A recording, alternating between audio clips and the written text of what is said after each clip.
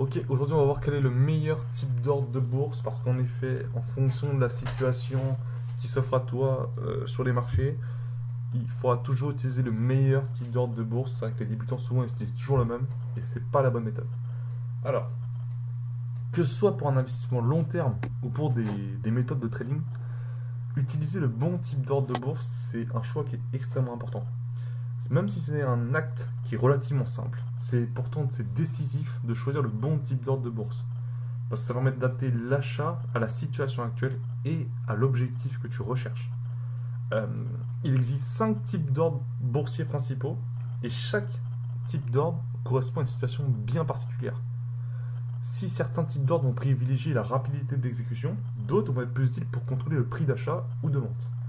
Certains vont même te permettre d'anticiper des potentiels rebonds ou retournements de tendance. Alors, si tu connais pas les spécificités des différents types d'ordres de bourse, je t'invite à voir ma dernière vidéo, qui est un prérequis pour cette vidéo-là. Voilà, c'est la base. Il faut absolument que tu saches différencier les différents types d'ordres de bourse pour pouvoir juger quel est le meilleur en fonction de la situation. Je t'invite à aller la voir. J'ai essayé de la faire la plus courte possible, donc ça sera utile. Donc on est parti. Pour chaque type d'ordre de bourse, alors j'en ai sélectionné que 3, c'est les 3 principaux, c'est les 3 qui me servent le plus et que je t'invite à utiliser. Pour chaque type, j'ai détaillé un exemple d'achat et un exemple de vente. Voilà, j'aurais pu en faire plein, mais sinon ça aurait duré trop longtemps, donc j'en ai fait un à l'achat, un à la vente. On commence tout de suite avec l'ordre au marché. L'avantage de l'ordre, l'avantage de ce type d'ordre, c'est sa rapidité d'exécution. Son inconvénient, c'est sa non-maîtrise du prix d'achat. Et du coup, je le déconseille sur les valeurs peu liquides, car le prix d'exécution il peut être vraiment très éloigné du cours actuel, ce qui représente un risque très important. Je le déconseille également aussi sur les grosses capitalisations, si vous passez votre ordre avant l'ouverture. Ça, faut pas faire ça, ne faites pas ça. Et par contre, en revanche, passer un ordre de bourse sans le soigner, entre guillemets, comme c'est le cas avec l'ordre au marché, ça peut s'avérer être extrêmement puissant lorsqu'on veut vendre le plus vite possible afin de limiter au maximum les pertes. Ce type d'ordre de bourse peut également être intéressant lorsque l'investisseur veut aller au plus simple et il n'apporte aucune importance à son PRU. Le PRU, c'est le prix de revient unitaire, c'est la moyenne de tes achats d'actions. Par exemple, tu achètes 10 actions à 100 balles, 10 actions à 110 balles, ton PRU c'est 105, d'accord? Grosso modo, parce que là je compte pas les frais. Et dans le PRU, on les compte les frais. Alors, on va passer avec le premier exemple d'achat. Alors, j'ai pris Total comme exemple, hein, tu m'en veux pas. Voilà, Total, voilà. Je veux acheter 100 actions Total. L'action Total cote actuellement 44 euros. Toutes les valeurs que je dis, c'est complètement aléatoire. J'investis pour le long terme dans une stratégie basée sur les dividendes. Donc, ça, c'est les faits. Je ne compte pas revendre ces actions dans les prochaines années. Je suis là pour le long terme, donc je sais que le prix d'achat n'a aucune importance dans mon cas de figure. Je passe donc à un ordre au marché sans même regarder le prix d'achat, car je veux simplement toucher les dividendes sur le long terme. Voilà. Quand on investit pour le long terme, le prix d'achat, surtout dans les dividendes, on s'en fout un peu. Voilà. Donc c'est pour ça que ça peut être une stratégie viable pour ce type d'ordre. On passe à l'exemple à la vente. Je veux vendre toutes mes actions totales car nous sommes à l'aube d'un krach pétrolier. Tiens, qu'est-ce qui s'est passé il y a un mois? Et je vois les marchés qui commencent à s'affoler. Tiens. L'action totale coûte actuellement 36 euros, elle ne cesse de chuter. Je vois l'opportunité de vendre mes actions, quitte à être en perte, afin de les racheter à un meilleur prix d'ici quelques jours. Je passe donc à un ordre au marché car je veux bénéficier de la rapidité d'exécution offerte par ce type d'ordre boursier. Voilà, j'espère que c'est clair, parce que c'était plus simple. On passe à l'ordre à court limité. Ce type d'ordre de bourse, il est celui que je recommande pour un investisseur moyen long terme dans la grosse majorité des cas. En fait, c'est le plus logique à mon sens. L'investisseur, il inscrit simplement le prix à laquelle il veut que son ordre soit exécuté. Si ça touche, c'est exécuté. Si ça touche pas, c'est pas exécuté. Donc c'est vraiment le plus logique et c'est ce que je recommande dans la grosse majorité des cas. L'investisseur a juste à inscrire la limite à partir de laquelle le cours de l'action l'intéresse et son ordre de boursier sera exécuté si et seulement si cette limite est touchée pendant la durée de validité de l'ordre. Il faut savoir qu'aucun frais ne te sera prélevé en cas de non-exécution de l'ordre. Contrairement à l'ordre précédent, donc l'ordre au marché, l'ordre à court limité permet de maîtriser le cours auquel l'ordre de bourse va se déclencher. C'est son intérêt. Le principal risque de ce type d'ordre, ça réside en sa non-exécution. Parce que le cours, il peut très bien venir frôler la limite que tu as inscrite sans la toucher et faire face à un retournement de tendance. Auquel cas, l'exécution aurait été une bonne chose pour l'investisseur, mais malheureusement, l'ordre n'est pas passé. Et c'est vrai que si par exemple, tu veux acheter au plus bas, bon c'est impossible, mais admettons, tu mets ta limite à 42, le cours descend jusqu'à 42,1 et repart à fond dans l'autre sens, il monte, t'as raté l'opportunité. Voilà, c'est le problème de ce type d'ordre, et c'est pour ça que dans ces cas-là, je préfère le prochain type d'ordre. On va le voir juste après les exemples. Alors l'exemple à l'achat, je veux acheter 100 actions totales. L'action totale coûte actuellement 44 euros. Je pense que cette action est intéressante à partir de 42,5 euros d'après mes calculs. Voilà, c'est arbitraire. Je place donc un ordre accro limité avec une limite à 42,5 et une validité de 3 jours par exemple. Tant que l'action totale restera au-dessus de 42,5, l'ordre de bourse ne sera pas exécuté et aucun frais ne sera prélevé. On passe à la vente. Je veux vendre une partie de mes actions totales car j'observe la formation d'un range sur le cours. Si vous ne savez pas ce que c'est qu'un range, c'est très simple, je vous invite à aller voir un petit recherche Google. Je fais du swing trading et j'aimerais acheter, j'ai acheté il y a quelques semaines dans le but de revendre à un meilleur prix.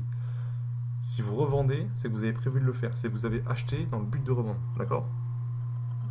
Dans une stratégie de swing trading, on ne s'invente pas trader quand on part sur du long terme, hein. On ne change pas de stratégie en cours de route.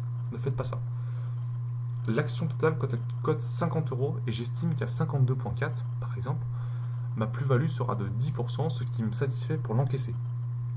Je place donc un ordre accro limité avec une limite à 52,4 qui ne sera pas exécuté tant que le cours ne touchera pas cette limite. Voilà, bon exemple. On passe à l'ordre stop ou l'ordre à seuil de déclenchement. L'ordre à seuil de déclenchement, il est souvent utilisé à la vente, auquel cas on l'appelle l'ordre stop loss. Il est très utile dans le cas où l'investisseur souhaite se protéger d'un retournement de tendance qui est imprévu, comme une crise. Dans ce cas, il permettra de vendre automatiquement la position afin de limiter ses pertes. On va le voir dans l'exemple. Dans le sens de l'achat, que je trouve hyper puissant mais qui est sous-coté, la valeur du seuil du stop achat doit être supérieure au cours actuel. D'accord? C'est l'inverse d'une limite. La valeur du stop à l'achat doit être supérieure au cours actuel. Placer un ordre d'achat à une valeur supérieure au cours actuel peut paraître absurde à première vue, puisque l'investisseur pourrait simplement faire un ordre au marché, acheter maintenant et avoir un meilleur prix. Mais l'objectif, c'est pas forcément que l'ordre de bourse soit exécuté, mais plutôt qu'il soit abaissé au fil des jours pour suivre la chute d'un titre qui baisse fortement par exemple. Le stop achat suit donc l'adage boursier bien connu, on n'attrape jamais un couteau qui tombe, on l'attrape une fois qu'il est tombé. L'exemple, alors à l'achat, hyper puissant quand il est bien maîtrisé. Je veux acheter 100 actions totales, car j'observe que cela fait plusieurs jours que le cours chute à cause d'un krach boursier, de pétrolier, enfin peu importe. L'action totale cote actuellement 33 euros. Je pense que le cours va continuer de descendre, donc je ne veux pas passer à l'achat maintenant. Mais je ne veux pas rater cette opportunité. Je sais qu'il est impossible d'acheter au point bas, ça faut en être sûr, faut le savoir. Je place un ordre stop achat à 34,5, donc je rappelle, c'est écrit, l'action totale cote 33. Je place un stop achat à 34,5. La différence de 1,5, on s'en fout, hein. C'est pas, j'ai mis ça arbitrairement. Qui sera exécuté seulement si le cours repart dans l'autre sens. S'il continue de baisser, il ne sera jamais exécuté. Et le but, ça va être de le baisser au fur et à mesure que le cours baisse. Voilà. Le but, c'est vraiment d'acheter le plus proche possible du combat. L'exemple à la vente. Je suis investi sur Total car cette action est en adéquation avec ma stratégie basée sur les dividendes. Ça, c'est le stop loss, je vais y passer vite. Le cours actuel de l'action m'importe peu car je souhaite simplement encaisser les dividendes. Je place un ordre stop à 42,5 qui sert à me protéger en cas de crise. Cela va me permettre de racheter ces mêmes actions avec un meilleur PRU.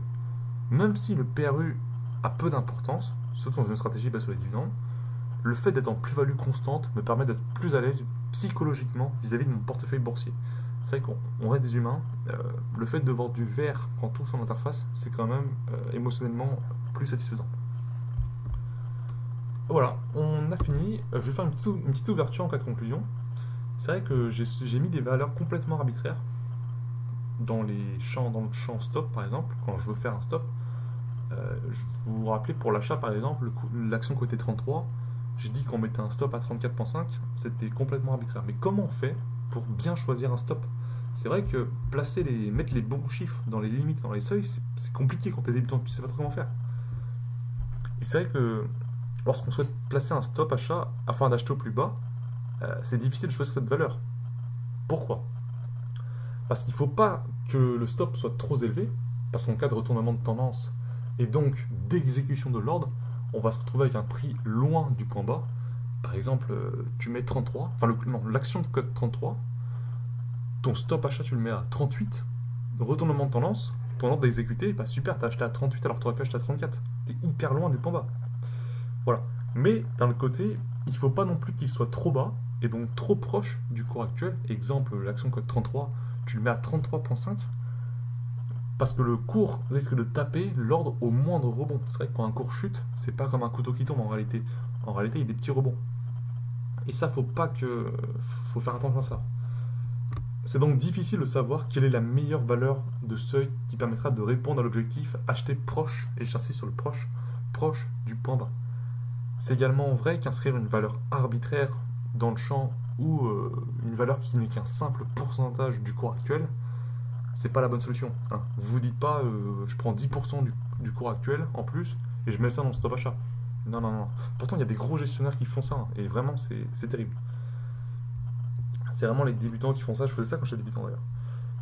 Afin de répondre au mieux à cette question, comment on fait que tout investisseur finit par se poser, c'est vrai que je suis en train de... Alors, je suis pas en train de vous vendre un truc, hein, mais je suis en train de développer un logiciel qui va calculer, non pas simplement en prenant un pourcentage du cours actuel, mais l'objectif, ça va être qu'en fonction de la situation, le logiciel va vous sortir le meilleur stop achat ou le meilleur stop loss, en fonction de votre objectif. Si vous voulez être long terme, si vous voulez faire du trading, machin, le logiciel vous dira, faut que vous mettez votre stop à telle valeur. Et ça prend en compte les différents points hauts, les différents points bas, le delta, la volatilité, très important. Je suis en train de travailler là-dessus. Et moi, j'utilise un prototype depuis plusieurs mois, même plus d'un an, qui m'a bien été utile et je compte le partager une fois qu'il sera utilisable par le grand public. Donc voilà, je finis là-dessus. D'ailleurs, si vous voulez le recevoir une fois qu'il sera dispo, dans la description, vous avez mon blog. Vous pouvez renseigner votre email. J'envoie pas de newsletter. Hein. Je vends pas de formation ni rien, mais c'est mon seul moyen d'envoyer l'outil une fois qu'il sera disponible. Je vous invite à renseigner votre mail et comme ça vous le recevrez normalement une fois que j'aurai fini. Donc c'est bon. La prochaine vidéo, peut-être que ce sera pour détailler ce logiciel. Je sais pas. Sinon d'ici là, peut-être qu'il y en aura d'autres concernant l'immobilier, le mindset, le business. Tous les sujets qui me passionnent, il y en a beaucoup, donc ça va arriver. Sur ce, je te souhaite bonne soirée, laisse un petit like et à la prochaine.